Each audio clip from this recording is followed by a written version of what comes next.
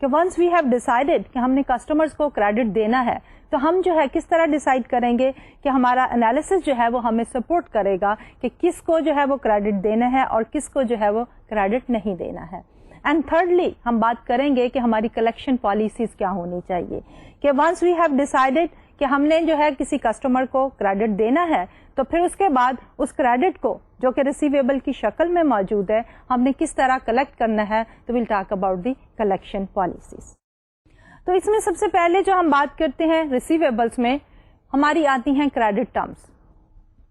Credit terms میں 2-3 مین چیزیں ہیں. ایک ہے ہمارا کریڈٹ پیریڈ. اور جب ہم کریڈٹ ٹرمز کو ڈیفائن کرتے ہیں کامنلی یوز ٹرمینالوجی ہے ہماری لیے سے وی آر سیئنگ 2, 10, نیٹ 30. اب اس 2, 10, نیٹ 30 کے 2-3 کمپوننٹس ہیں. سب سے پہلے ہے 2, that is 2% discount will be offered if we make payment. Second is 10 within 10 days. Then is net 30. No discount will be offered. Rather you have to make full payment of the invoice price within 30 days. So in other words, ہم نے under this credit term کیا offer کیا ہے a total credit period of 30 days without any discount. And a period of 10 days for the payment with a discount of 2%. اب جب ہم بات کرتے ہیں کہ 10 days and the 30 days تو ہم کاؤنٹ کہاں سے کر رہے ہیں؟ We are talking about the invoice, date of invoice. اب invoice کیا ہوتی ہے؟ Invoice basically is detail of the items which we have sold and the detail of the per unit price and the total amount of the bill. تو یہ ہمارے 10 days and the 30 days جو ہے ہم account for کرتے ہیں starting from the invoice date. تو جب ہم کسی بھی کسٹمر کو کریڈٹ ایکسٹینڈ کرتے ہیں تو we need to keep certain things in mind. ایک تو ہے اس فرم کا آپریٹنگ سائیکل اور دوسرا ہے اس فرم کا انوینٹری سائیکل. پچھلے چند ایک لیکچرز میں جب ہم بات کر رہے تھے کہ ہماری کیش مینجمنٹ کس طرح ہونی چاہیے تو we talked about the operating cycles and the cash cycles. اور آپریٹنگ سائیکل کو ہم نے یہ کہا کہ ہمارے پاس 2 کمپوننٹ ہیں آپریٹنگ سائیکل کے. ایک کمپوننٹ ہے ریسیویبل سائیکل کا اور دوسرا ہے انوینٹری سائیکل کا. اور اس کے بعد ہم نے یہ کہا کہ ہمارے پاس جو کیش سائیکل ہے دیٹ از اکول ٹو کہ فرم کا operating cycle minus the payable cycle. تو اس لیے جب بھی ہم کسی فرم کو یا کسی کسٹمر کو ایکسٹینڈ کرتے ہیں loan in the form of receivables تو ہمیں کیا چیز دیکھنی چاہیے؟ ہمیں یہ دیکھنی چاہیے کہ اس فرم کا آپریٹنگ سائیکل کتنا ہے اور اس فرم کا جو ہے ریسیویبل سائیکل کتنا ہے. Inventory cycle of course is important کیونکہ انوینٹری سائیکل کو ہم اس طرح ڈیفائن کرتے ہیں کہ the time in between the purchase of the inventory and then the sale of the inventory is the inventory cycle. Total operating cycle میں ہم بات کرتے ہیں کہ starting from the day 1 the inventory is purchased to the end date when the cash is collected. اور جب ہم نے لون دے دیا receivables are outstanding اس لون دینے کے بعد کیش کلیکشن تک کا جو ٹائم پیریڈ ہے that is our receivable cycle. So overall ہمارے پاس operating cycle is equal to receivable cycle plus the inventory cycle. تو اگر کسی فرم کا انوینٹری سائیکل جو ہے وہ لمبا ہے کہ وہ ہم سے انوینٹری پرچیز کرتے ہیں پروڈکشن پروسیس اس کے اوپر سرٹن کرتے ہیں and then they sell it to the market place تو ان کی کیش کلیکشن جو ہے it comes after they make a sale. تو منیمم ہمیں یہ ہونا چاہیے کہ we need to keep in mind that inventory cycle so that کہ فرم جو ہے ہم سے پرچیز کر کے انوینٹری سیل آف کر دے and the firm should be in a position to pay us back.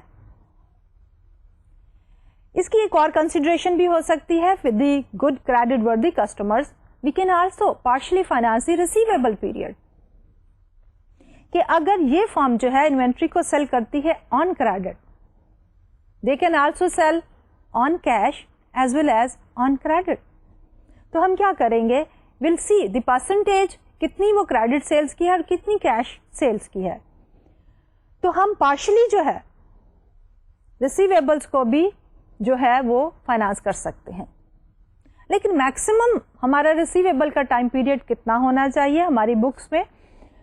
It should not be more than the operating cycle, کیونکہ operating cycle is the maximum limit جس میں ہمارا customer ہم سے purchase کرنے کے بعد مارکیٹ میں سیل کر کے کیش جو ہے وہ کلیکٹ کرتا ہے. So the upper limit for the receivable period یا کریڈٹ پیریڈ جو ہے it should be the operating cycle of your customer.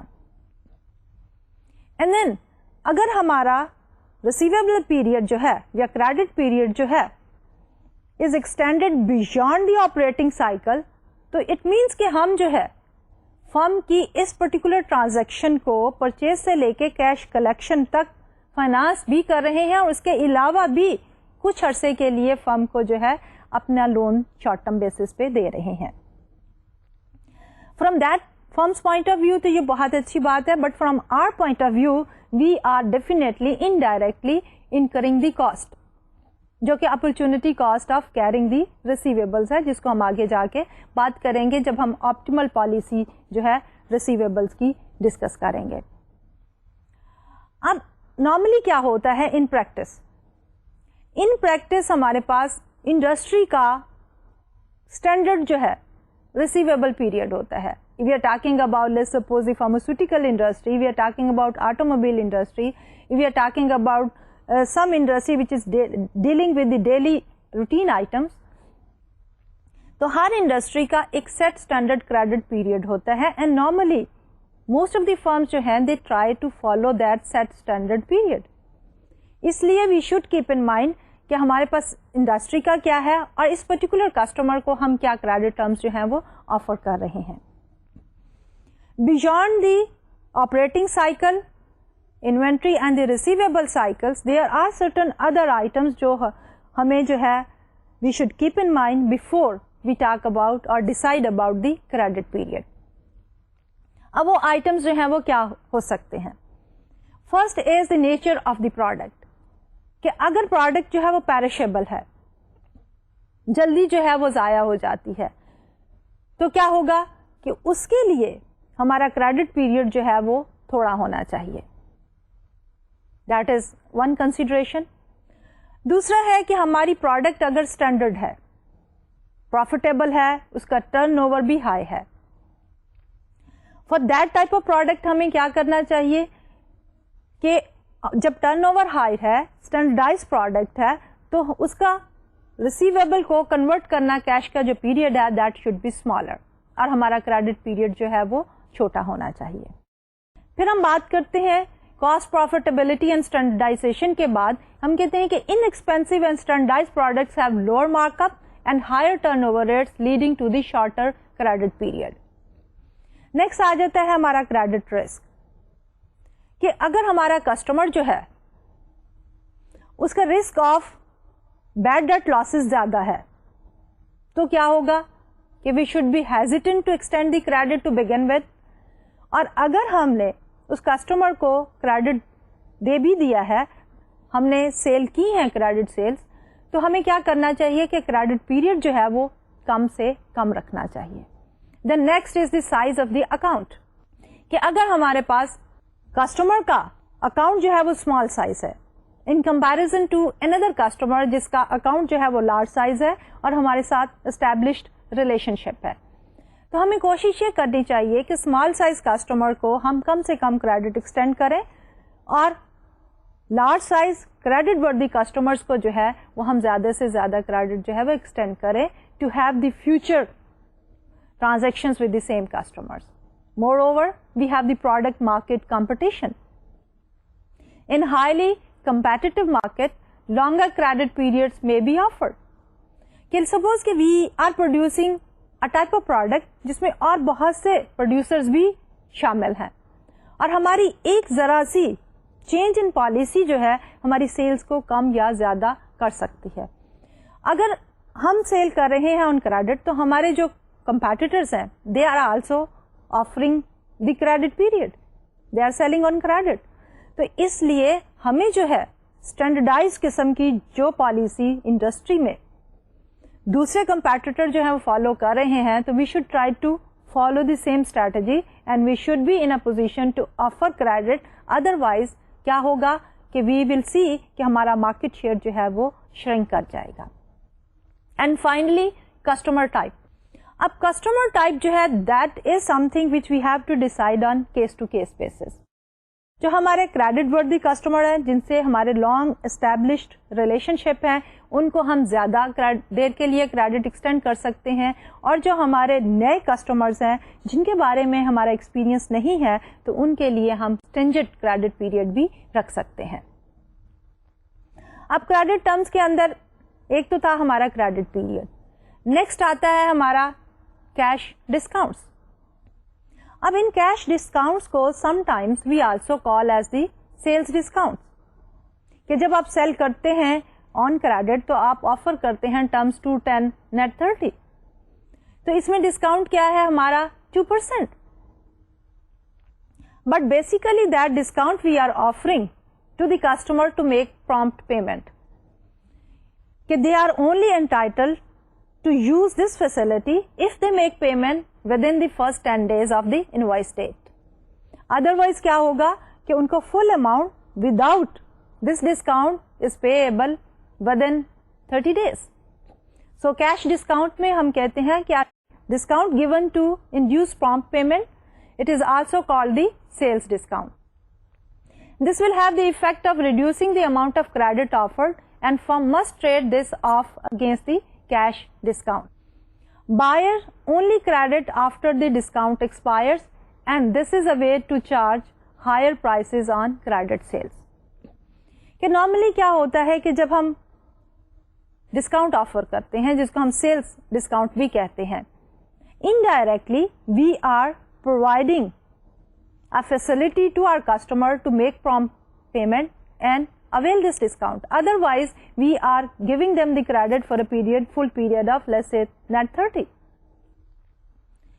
اب جو ہمارا کسٹمر ہے اس کے لیے دو چوائسیز ہیں, one is to avail the discount and make the prompt payment, اور use the credit period and then make payment after 30 days. ہمارے پوائنٹ آف ویو سے we offer the credit sales in order to increase our sales to capture the market share. لیکن اس کے ساتھ ساتھ یہ بھی ہوتا ہے کہ جب ہم ڈسکاؤنٹ آفر کر رہے ہوتے ہیں تو دیر از اے پاسبلٹی کہ we have some leverage to increase the invoice price and experience and increase in the total dollar volume of sales. So this is an aspect which should always be kept in mind. اب اس کے لیے ہم ایک example لیتے ہیں. An example would be 310 net 30. So the customer can take a 3% discount if he pays within 10 days. In any event, he must pay the full amount within the 30 days. A firm offering credit terms of 310 net 30 is essentially offering their customers a 20-day loan. To see this, consider a firm that makes 1,000 sales on day 0. اور اس کے ساتھ ساتھ اب ہم دیکھنا چاہ رہے ہیں کہ امپیکٹ کیا ہے ہماری ان کریڈٹ ٹرمز کا اور ڈسکاؤنٹ جو ہم آفر کرتے ہیں. تو اس میں ہم فار کمپیریزن پرپزز ہم دو فرمز لے رہے ہیں, ایک جو ہے وہ ڈسکاؤنٹ اویل کرتی ہے, دوسری جو ہے وہ ڈسکاؤنٹ اویل نہیں کرتی ہے. اور ہماری جو کریڈٹ ٹرمز ہیں وہ ہیں 310 net 30 instead of 210 now we have switched to 310 کہ 3% discount will be offered if the payment is made within the first 10 days. Otherwise, firm has to make a full payment within 30 days. تو اس کے لیے let's look at this particular slide کہ some customer will pay on day 10 and they will take the discount. So timeline پہ day 0 پہ we have made the sale. Day number 10 پہ we will be receiving 970 because this is the after discount of 3%. تو total sale volume کتنا ہے 1000 کے اوپر ہم نے 3% ڈسکاؤنٹ آفر کیا, سو دیٹ اماؤنٹس ٹو 30. تو جو ہمیں پیمنٹ ریسیو ہوگی that will be 1000 minus 30 is equal to 970. And then the other customers will pay on day 30th and they will forgo the discount. So 30th day پہ we are receiving 1000. اب جو